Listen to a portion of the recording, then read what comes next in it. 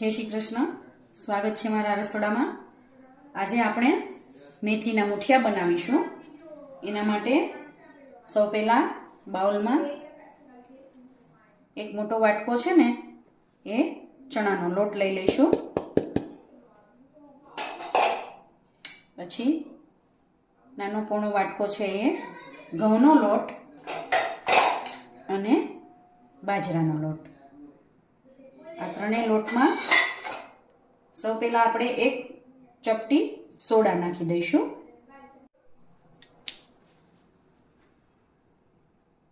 Soda થોડા એવા જ નાખવાના છે. એમાં એક ચમચી અજમા,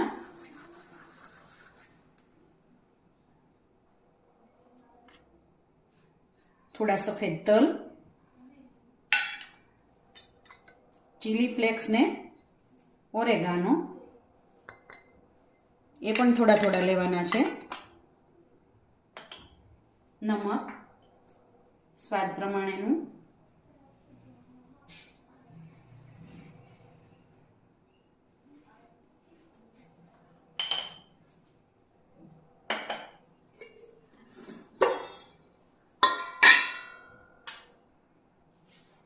થોડી એવી હિંગ તો પાચનમાં સારું રહે. મેથી, લીલા ધાણા અને આદુ મરચાંની પેસ્ટ આપણે આમાં ઉમેરવાની છે. પણ પહેલાં લોટ હજી કોરો હોય ને ત્યારે જ આપણે આમાં નમક, અજમા અને સોડા એ સરસ મિક્સ થઈ જાય ને એમ મિક્સ કરી દેવાનું છે.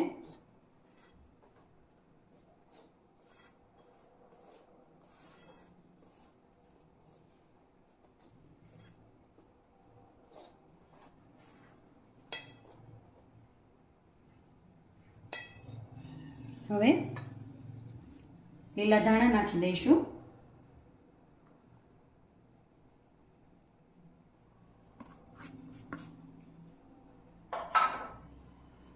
મેં 150 ગ્રામ જેટલી મેથીને ધોઈને સાફ કરી અને ઝીણી ઝીણી સમારી લીધી છે. એ પણ આમાં નાખી દઈશું.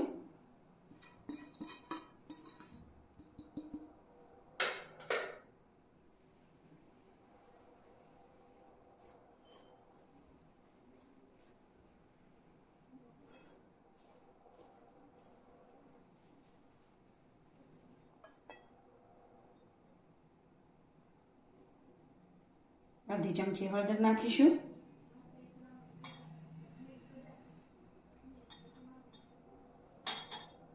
અડધી ચમચી ધાણા જીરું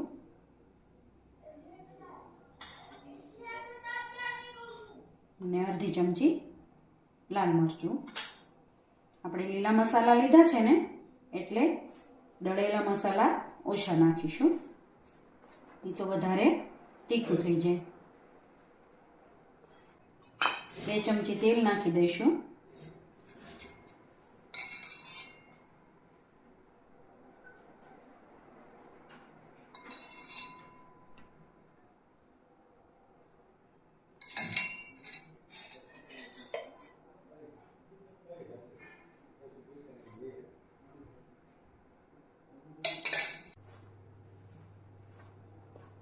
પહેલા બધું હળવા હાથે મિક્સ કરી દઈશું.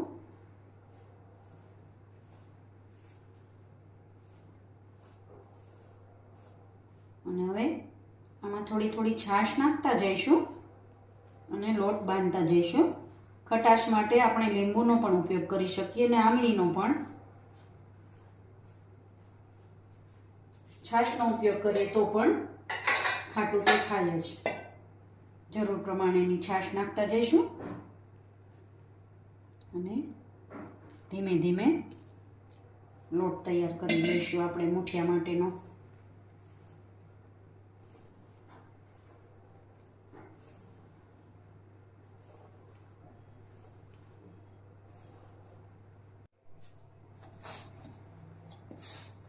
જો આપણો મુઠિયા માટેનો આ લોટ તૈયાર થઈ ગયો છે. એમાં આપણે થોડું એવું તેલ નાખી ને થોડો મેળવી લઈશું.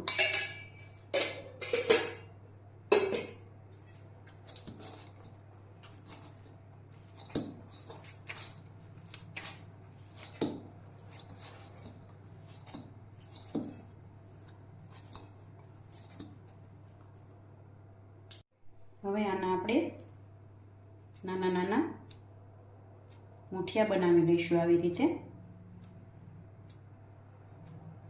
બધા મુઠિયા તૈયાર થઈ ગયા છે અને આપણે ઢોકળિયામાં બાફી લઈશું.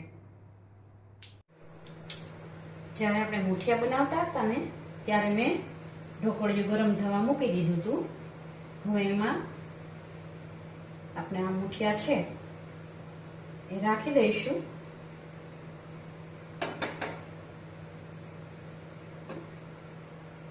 અને 15 મિનિટ માટે બફાવા દઈશું.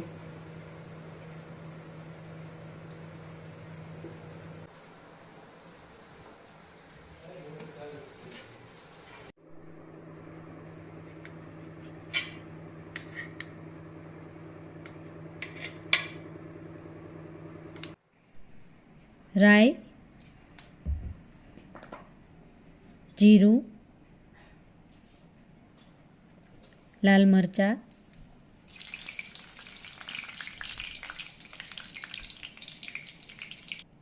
લીલા મરચાંના ટુકડા, લીલા ધાણા અને તલ નાખી વઘારી લઈશું. થોડું પાણી પણ એડ કરીશું. તો પાણી નાખી અને મુઠિયા નાખી દઈશું. તો આવી રીતે તમે પણ બનાવો શિયાળામાં સરસ મજાના મેથીના મુઠિયા.